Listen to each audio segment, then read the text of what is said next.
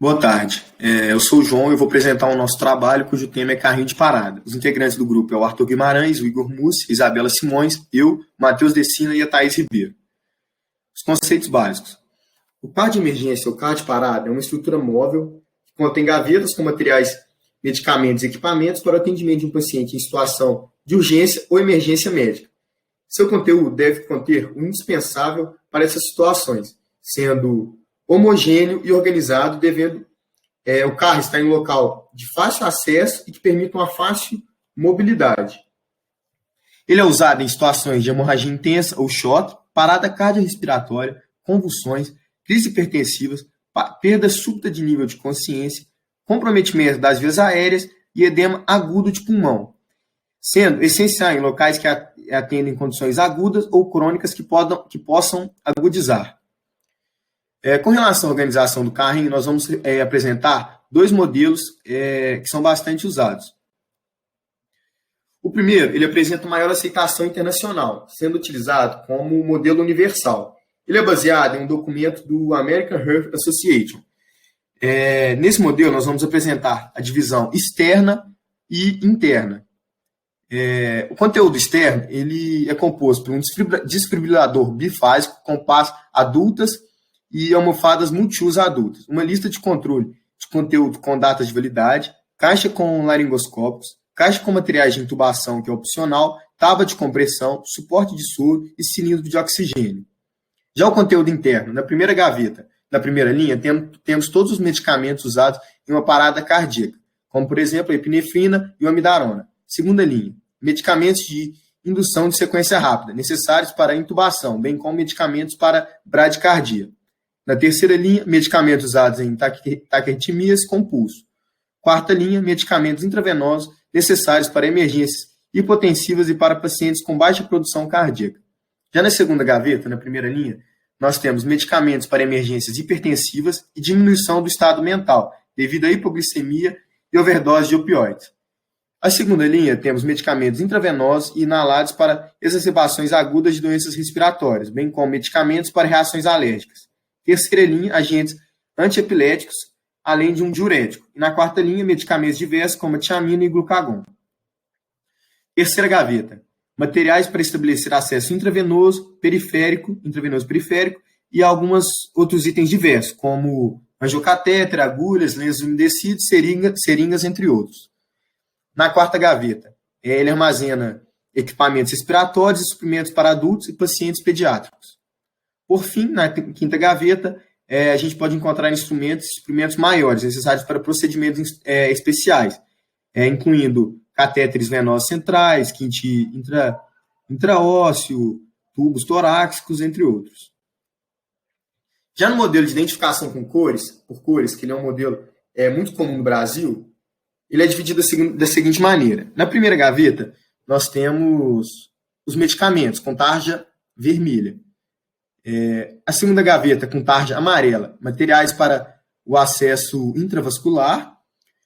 Terceira gaveta, tarja verde, materiais para suporte ventilatório. E na quarta e quinta gaveta, tarja azul, sendo que na quarta temos materiais para cateterismos vesical e gástrico. E na quinta, soluções e outros. Tendo em vista que no Brasil vamos deparar muito com o modelo de identificação com cores, resolvemos explicar um pouco mais a finalidade dos medicamentos que são encontrados na primeira gaveta, com tarja vermelha. Nós encontramos ampolas de soro fisiológico de 0,9% para reposição de eletrólitos, e são encontradas normalmente 10 ampolas. Nós temos soluções isotônicas e soluções hipertônicas, sendo que a solução hipertônica é de 20%. O Adalat são 3 comprimidos. Tem a função de dilatar os vasos sanguíneos, diminuindo a resistência ao fluxo de sangue. O sangue corre livremente pelas artérias e isso faz com que a pressão arterial diminua. Adrenalina ou epinefrina são 20 ampolas. Ele aumenta a contratilidade cardíaca e a frequência cardíaca, além de aumentar a resistência vascular periférica e a pressão arterial. Aminofilina, 3 ampolas. Ele realiza a dilatação dos brônquios e vasos pulmonares, das artérias coronárias, também responsável por aumento do débito cardíaco e da diurese. Atropina são 10 ampolas. Ele tem como antagonista o muscarínico e aumenta a frequência cardíaca, sendo ele um broncodilatador. Adenosina são 2 ampolas. Ele é utilizado para o tratamento da taquicardia paroxística supraventricular, no ritmo sinusal. Amidarona, temos 5 ampolas. Ele é um antiarrítmico utilizado em taquicardias ventriculares e em arritmias ventriculares. Em parada cardiorrespiratória, como taquicardia ou fibrilação ventricular persistente após desfibrilação e adrenalina. Além disso, ele possui algumas contraindicações. O bicarbonato de sódio, temos 3 ampolas, utilizado em situações como acidose metabólica, hipercalemia e hipermagnesemia. Utilizado também em situações de bloqueadores dos canais de cálcio e intoxicação por antidepressivos ou cocaína. Cedilanide, 1 ampola, utilizado em insuficiência cardíaca congestiva e taquicardia paroxística supraventricular. Cloreto de potássio, 3 ampolas, principalmente para repor estoque de potássio, eliminado por diuréticos. Diazepam, 1 ampola, sendo que ele é um sedativo de longa duração, um ansiolítico e também um anticonvulsivante. Digitálico, são 3 comprimidos, utilizados também em casos de insuficiência cardíaca congestiva, aumentando o inotropismo cardíaco e tendo como exemplo a digoxina. Dopamina, 10 comprimidos. Ele aumenta o débito cardíaco e é um vasodilatador renal, utilizado principalmente pós-parada cardíaca. Dobutamina, temos 1 ampola, utilizado para melhorar a contratilidade cardíaca. É um vasoconstritor arterial sistêmico. Furosemida já são 5 ampolas. Ele é utilizado principalmente como diurético, sendo usado para tratar retenção de líquidos e edemas. Podem ser causadas por cardiopatias, hepatopatias e nefropatias. Fentanil, 2 ampolas. Ele é um opioide analgésico e sedativo. E algumas observações. Ele pode levar a depressão respiratória e vômitos. A injeção rápida promove a rigidez da parede torácica e ele é antagonizado pela naloxona. Glicose, temos de 25% e 50%. São 5 ampolas.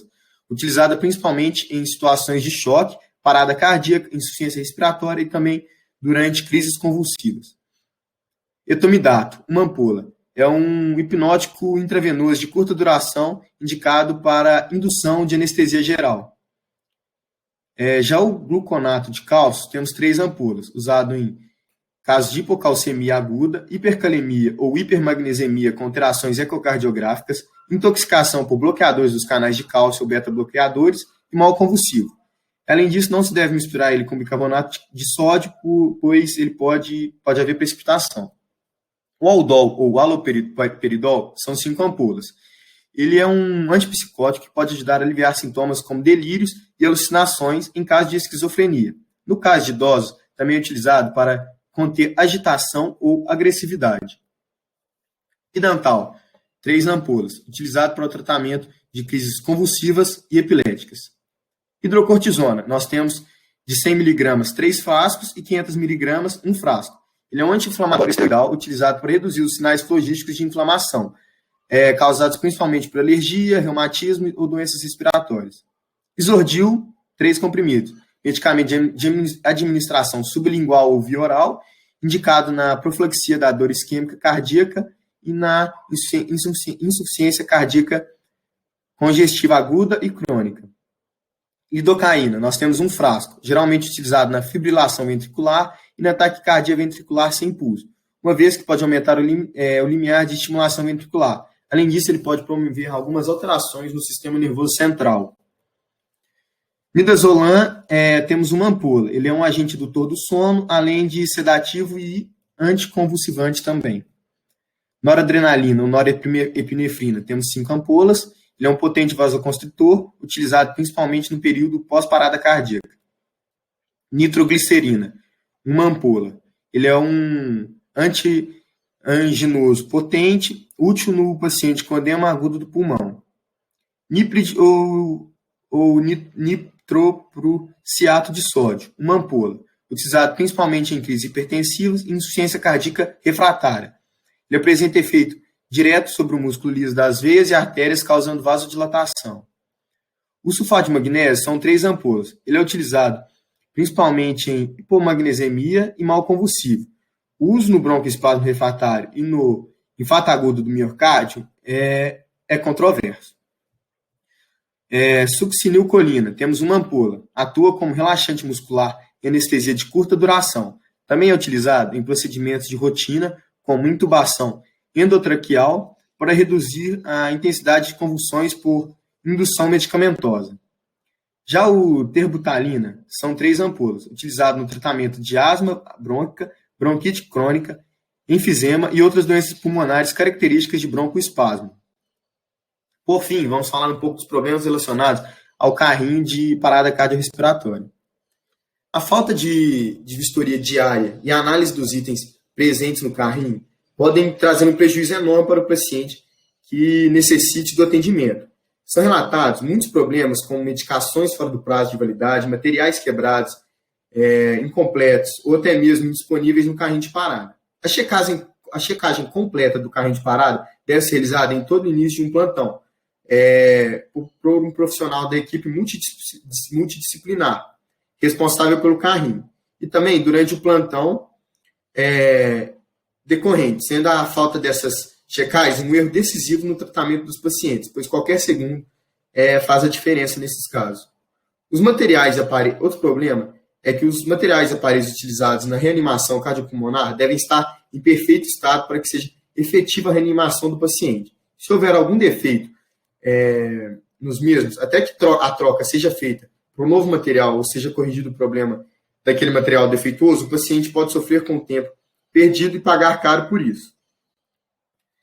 Além disso, como já dito anteriormente, o carrinho de parada cardiorrespiratória deve seguir uma organização protocolar das gavetas e também da parte externa. Essa organização facilita que o atendimento seja rápido, efetivo e organizado.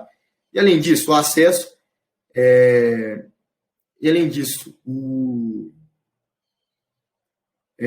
o acesso aos materiais, aparelhos e medicamentos deve ser fácil e ágil.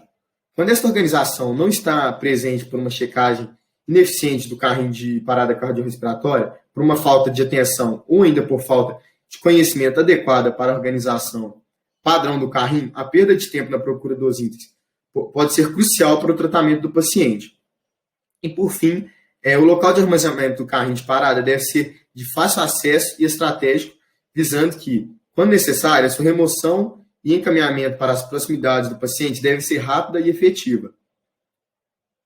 Além disso, deve-se evitar o armazenamento de objetos nas proximidades do carrinho de parada, garantindo assim o espaço necessário para que sua locomoção não seja obstruída ou prejudicada. Por fim, essas são nossas referências.